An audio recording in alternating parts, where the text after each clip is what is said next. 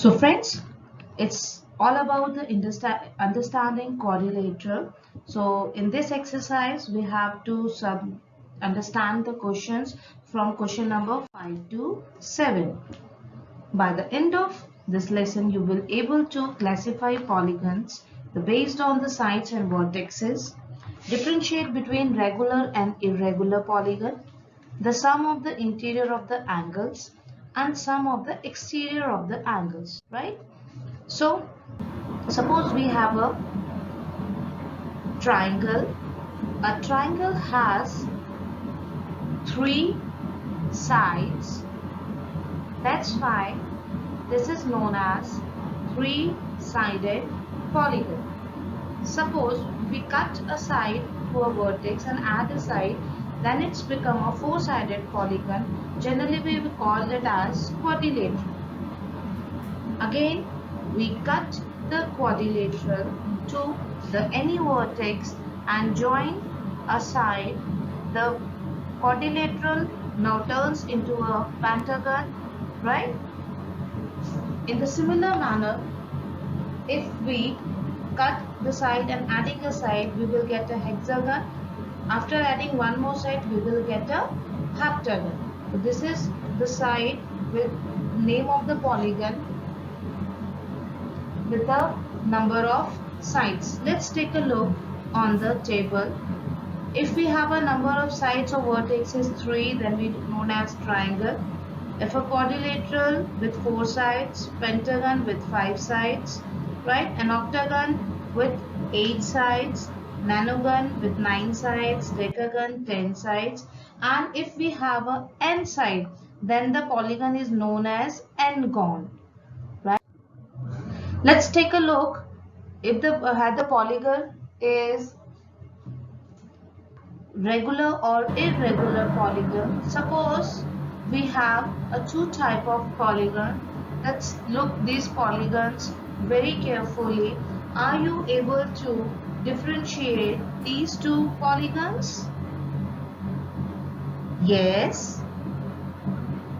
These two polygons are of the same side. The sides is same, which is equal to 5. How are they different? Yes, of course. Look at the polygon. This polygon has a sides 5, but this polygon all the sides have a 5, but angles are and the lengths are different, and the angles की जो measurement है वो भी different है. Yes.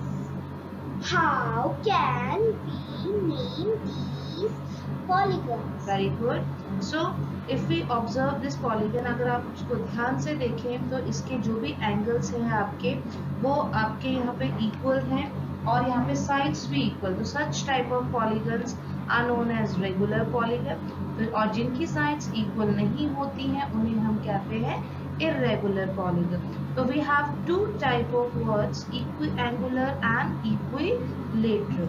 If a polygon satisfy these two conditions, अगर किसी polygon में जो satisfy होते, that is your regular. How do the words equiangular and equilateral Connect to the regular polygon? Such a nice question. If we observe the first part, तो जो आप देखोगे यहाँ पे कि सारे एंगल्स जो है वो 108 के हैं और जो सारी साइड्स हैं वो भी आपकी यहाँ पर इक्वल हैं. तो सच टाइप ऑफ जो आपके पॉलीगन है उन्हें हम रेगुलर पॉलीगन्स बोलते हैं जिनमें दोनों कंडीशन आपकी सेटिस्फाई होती है. Let's take an another example. यहाँ पे मेरे पास में रेक्टेंगल है एंड वी नो दैट कि all the angles of a rectangle is equal to 90 degree. It means equiangular satisfied, but sides are not equal, right? So that's why it is an irregular polygon.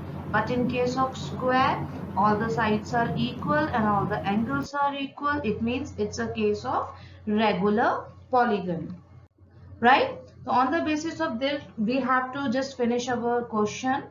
हमारे पास में यहाँ पे questions हैं. यहाँ पे मान लीजिए मेरे पास में ये एक आपका क्वाड्रिलेटरल है, तो जो क्वाड्रिलेटरल में एंगल्स हैं, यहाँ पे मेरे को 3 एंगल पता है, 1 2 3, चौथा मुझे फाइंड आउट करना है। तो व्हाट वी विल डू, हमें वी नो दैट कि sum of the angles of a quadrilateral is 360। अगर 4 में से मेरे पास 1 2 3 4 एंगल है यहाँ पर, ठीक है, 4 में से एक नहीं पता है, तो हम क्या करेंगे, इक्वल टू 360 करके तीसरे वाले को फाइंड आउट कर लेंगे। तो let's find out the angle. तीनों को ऐड करना है विद द अननोन नंबर्स, बाकी सबको ऐड कर लोगे आप x को छोड़ करके। इट जस्ट लाइक है ना आपका ये लीनियर इक्वेशन के जैसा हो गया।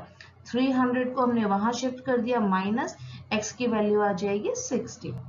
तो जो क्वेश्चन नंबर 2 है वो भी बिल्कुल आपका ऐसे ही है। आई होप करने में कोई प्रॉब्लम नहीं होगी। लेकिन अब आप कहोगे मैम ये वाला एंगल कौन सा है, यू नो दैट कि any angle is a straight line, वो आपका 90 के बराबर होता है। तो सेम क्वेश्चन है आपके पास में, 3 एंगल जो है वो अननोन है, चौथा फाइंड आउट करना है। सेम क्वेश्चन, तीनों को ऐड करेंगे आप, ऐड करने के बाद 360 में से माइनस कर दोगे तो आपके पास 140 आ जाएगा, राइट। तो आपके पास में नेक्स्ट है, यहाँ पर सेम क्वेश्चन है, बट प्रॉब्लम ये है यहाँ पे कि अब आपके ये वाले जो 2 एंगल है वो आपके अननोन है। इफ यू अंडरस्टैंड, अगर आप यहाँ थोड़ा से ध्यान दें तो एक लाइन है, लाइन के ऊपर एक रे स्टैंड कर रही है, तो ये जो दोनों एंगल होते हैं ये लीनियर पेयर होते हैं। अगर एक का सम मेरे पास में 70 है तो दूसरे का मैं कैसे निकाल सकती हूँ, बाय सब्ट्रैक्टिंग द 70 विद 180। तो ये मेरे पास में ये वाला जो एंगल है ये मुझे नोन हो जाना है यहाँ पे, ठीक है। ऐसे ही ये वाला कैसे फाइंड आउट होगा, with the help of again linear pair. आपका जो एंगल है उसे मैं 180 में से माइनस कर दूंगी, ठीक है। तो यहाँ पे 2 एंगल मैंने फाइंड आउट किए, मैंने इनके नाम दे दिए हैं यहाँ पे, इसको नाम दे दिया है a, इसको दे दिया है b। You can use any other variable except s, क्योंकि x जो है वो इसके अंदर यूज किया हुआ है। Now what we have to do, just add angle sum property लगानी है। बट अब आप यहाँ ध्यान रखेंगे, द क्वाड्रिलेटरल इज पेंटागन, यहाँ पे इसकी 5 साइड्स है। तो हमने वहां पे रूल पढ़ा था, यहाँ पे अगर 5 साइड्स हैं इसका मतलब हमारे पास था n-2 into 180। But it's better to learn the angle sum जो हमारे है विद फॉर्मूला यूज करने का नंबर ना आए, ठीक है। एड ऑल द एंगल्स, यहाँ पे x 2 बार है तो 2x हो जाएगा, 2 इसको यहाँ पे शिफ्ट करेंगे आप, सब्ट्रैक्ट करने के बाद 180 आंसर। जो लास्ट क्वेश्चन है मेरा, अगर आप यहाँ से ध्यान देखें फिर से 5 साइड है तो सम कितना होगा यहाँ पे मेरे पास में, of course again 5 is 540। All the sides are equal, it means and all the angles are equal. तो ये सारे x के बराबर, तो ये हो जाएगा आपका 5x इक्वल टू आपका यहाँ पे 5x इक्वल टू ये आ जाएगा आपके पास में 540। एक को डिवाइड करके आप आंसर निकालेंगे तो आ जाएगा 108, राइट। तो क्वेश्चन नंबर 5 जो है उसमें पूछा है व्हाट इज रेगुलर पॉलीगन। तो अभी हमने डेफिनेशन पढ़ी, जिस पॉलीगन के अंदर आपका इक्वी एंगुलर और इक्विलेटरल होता है आपका, that is your regular polygon. अगर किसी की साइड 3 है तो उसका नाम क्या होगा, ट्राइंगल। किसी की साइड 4 है तो क्वाड्रिलेटरल, और अगर किसी की साइड 5 6 है तो हेक्सागोन। Very nice. आप इनकी नेमिंग भी कर सकते हैं, हमने टेबल में स्टडी भी किया था कौन कौन से ये डिफरेंट टाइप के होते हैं। Last question is that's little bit complicated. अब आप यहाँ पे आइडेंटिफाई करिए, मुझे किस किस की वैल्यू पता करनी है, x की पता करनी है, y की पता करनी है एंड z की पता करनी है। ओके, देखिए लीनियर पेयर का कंसेप्ट यूज करेंगे तो इन दोनों को अगर आप 180 में से 90 को माइनस करेंगे कितना आएगा, 90। Very nice. z और 30 पे अप्लाई करेंगे, 180 में से 30 को माइनस करेंगे तो कितना आएगा आपके पास, 150। Very nice. अब y की वैल्यू के लिए आपके पास ऑप्शन है, या तो आप अगर आप ध्यान से देखें तो ये कुछ ट्रायंगल आपका ऐसे बन रहा है, राइट। ये हो गया आपका एक्सटीरियर एंगल, और एक्सटीरियर एंगल की प्रॉपर्टी क्या है कि एक्सटीरियर एंगल जो अपोजिट हमारे 2 एंगल्स होते हैं उन दोनों के सम के बराबर होता है।